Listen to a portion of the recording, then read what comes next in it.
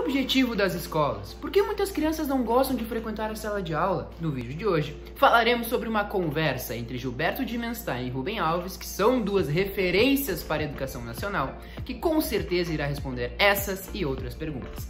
Eu te espero no vídeo, hein? Fala galera, sejam muito bem-vindos a mais um vídeo do nosso canal Synthesized Book. O livro de hoje se chama Fomos Maus Alunos, de Gilberto Dimenstein e Rubem Alves. O nome já explica muita coisa sobre o que quer dizer esse livro, né? É uma conversa, na verdade, entre os dois, então é um livro sem capítulos, sem tópicos pré-definidos, é uma conversa, um bate-papo entre os dois. Esse bate-papo que foi documentado e virou um livro sensacional, sobre a visão crítica que os dois possuem sobre o sistema educacional brasileiro, sobre o nosso sistema de ensino e também sobre as experiências, muitas vezes traumáticas, que ambos tiveram na escola. Infelizmente, ambos são falecidos, ambos já morreram, mas foram grandes referências quando o assunto é educação. E se eu posso dar uma dica para vocês leia esse livro e também assista a entrevistas dos dois, que vocês irão acrescentar muito conhecimento na vida de vocês. Vamos começar? Falaremos então, eu vou levando alguns tópicos no vídeo de hoje, que é um vídeo mais conversado, né, a exemplo do livro. Então eu vou levando alguns tópicos e vou dando o meu ponto de vista sobre alguns tópicos. O primeiro tópico é por que os alunos não gostam tanto, por que muitos alunos não gostam de frequentar as salas de aula? Por que eles acham chato? Gilberto Dimenstein e Rubem Alves acreditam que a escola é o anteprazer da incógnita. Exatamente, esse foi o termo que eles utilizaram. Anteprazer da incógnita. Eles acreditam que um aluno, que uma pessoa, na verdade, ela tem dois fatores que fazem ele querer aprender. É a curiosidade e a paixão. Ou seja, um aluno, ele primeiro desperta curiosidade sobre um assunto, e isso leva a paixão sobre esse assunto, e depois ele desenvolve mais desejo, mais gosto por aprender. E a escola tira esse desejo porque ela tira a curiosidade de um aluno.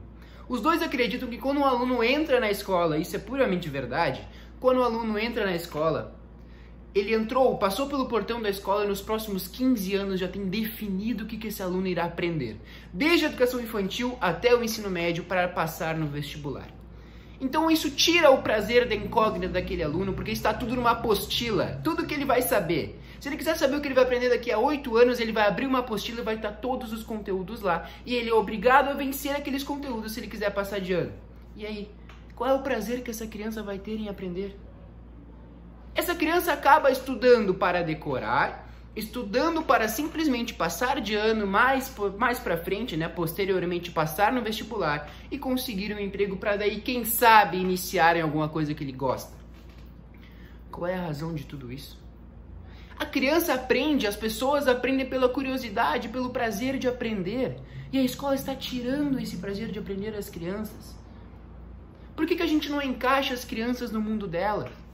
Por que a gente não encaixa as crianças no que elas gostam de fazer? Ou numa coisa que pelo menos faz sentido para a vida delas?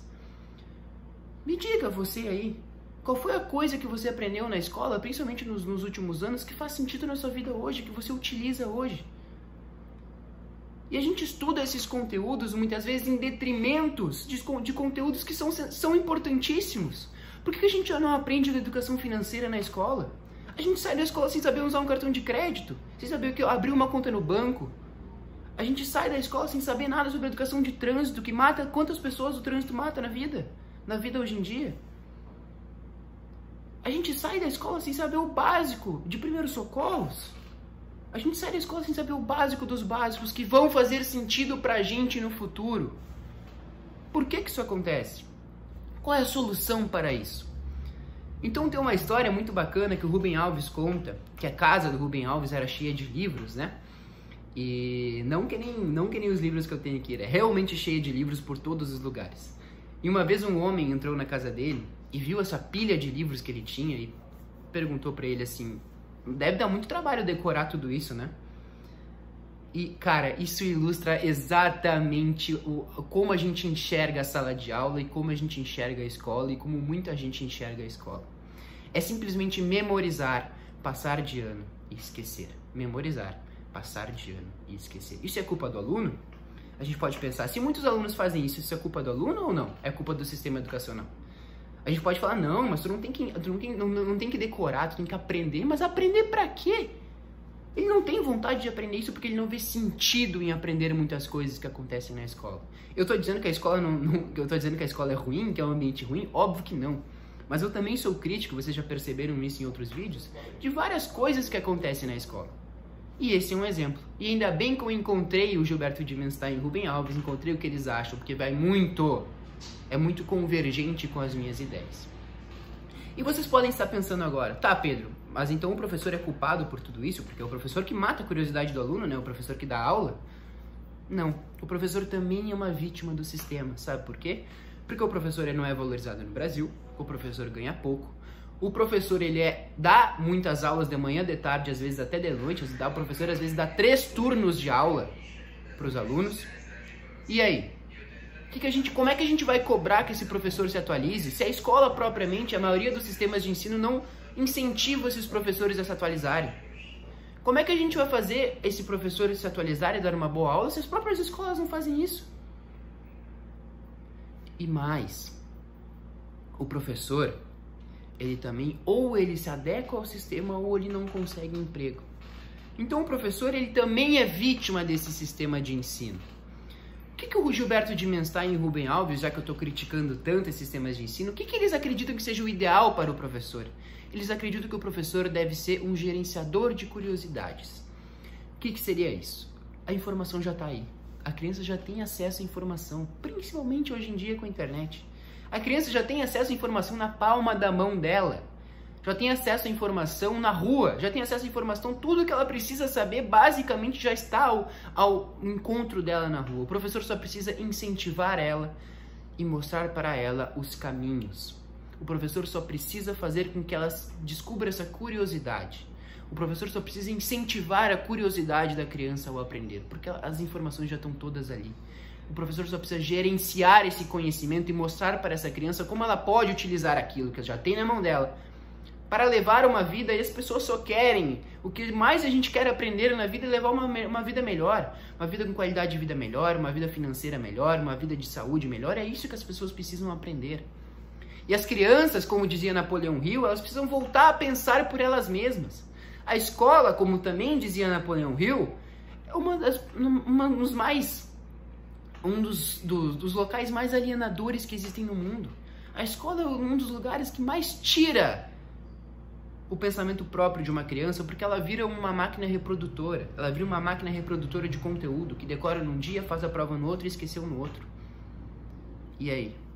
O que a gente vai fazer com essas crianças? Para onde a gente está levando essas crianças num mundo que está mudando ano após ano? Se eu falei para vocês que a criança entra na escola e nos próximos 15 anos ela já sabe o que ela vai fazer, como que a gente vai botar uma criança e mostrar para uma criança que ela vai aprender em 15 anos, se o mundo está mudando tão rapidamente? A gente tem o exemplo da pandemia, e a pandemia obviamente é uma exceção, não é um exemplo factível nesse sentido, mas também funciona. Olha o que o mundo mudou em 1, 2 anos de pandemia. Olha o que o mundo está mudando ano após ano. Vocês acham mesmo que um conteúdo que faz sentido hoje, daqui a 7 anos vai fazer sentido? Não, né?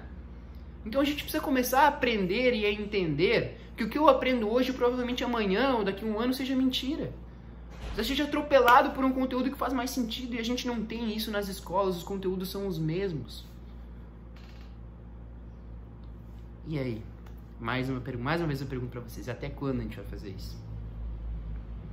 E volto a repetir, há exceções, há escolas realmente acima da média e há escolas que realmente transformam esse conteúdo em algo com mais propósito e significado para essas crianças. Mas como eu falei, são exceções. E o sistema de ensino continua a ser a média, e infelizmente a média é essa que eu apresentei para vocês, que o Rubem Alves fala e que o Gilberto Dimenstein fala. E agora entramos então no assunto vestibular. E esse assunto é realmente fantástico. Quando a gente entra na escola, desde lá os 7, 8 anos, 9, 10 anos, 11 anos, as pessoas costumam perguntar pra gente, o que tu vai ser quando crescer? Eu preciso crescer pra ser algo, então hoje eu não sou nada. Hoje não importa nada o que eu quero aprender, o que eu quero fazer, né? Eu tenho que fazer algo em prol do que eu vou ser um dia. Então eu tenho que estudar os conteúdos que eu não quero estudar para passar num vestibular que eu não entendo o que eu tenho que passar, para conseguir um emprego que talvez eu goste, para sair da faculdade e não ter emprego, porque hoje em dia os empregos são cada vez mais escassos. Hoje em dia ter faculdade não quer dizer absolutamente nada. O mundo está mudando. Para que serve o vestibular?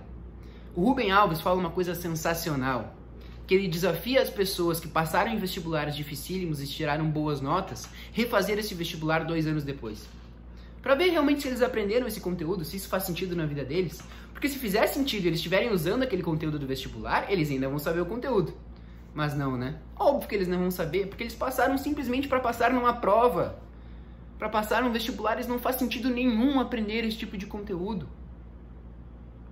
E o Rubem Alves fala também que para ele um dos melhores exemplos de vestibulares são as redações. E eu também concordo com ele.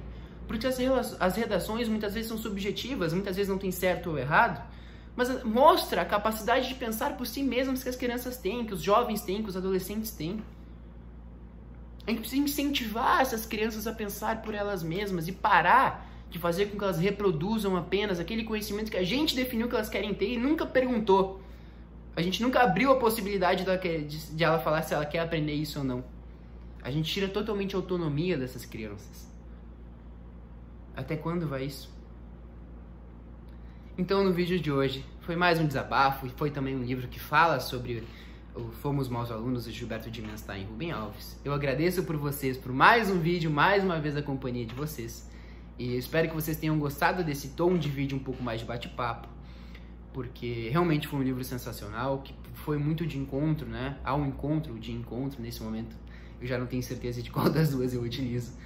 Mas realmente foram ideias muito convergentes com as que eu tenho. Então, muito obrigado pela companhia. Se fez sentido para vocês, curta, compartilha, se inscreva no canal. A gente vai seguindo trazendo conteúdos para vocês. Tanto conteúdos reflexivos como esse, quanto conteúdos de mais conceitos e para melhorar a qualidade de vida de vocês, que realmente é um assunto que eu sou apaixonado. Obrigado, galera. Nos vemos nos próximos vídeos.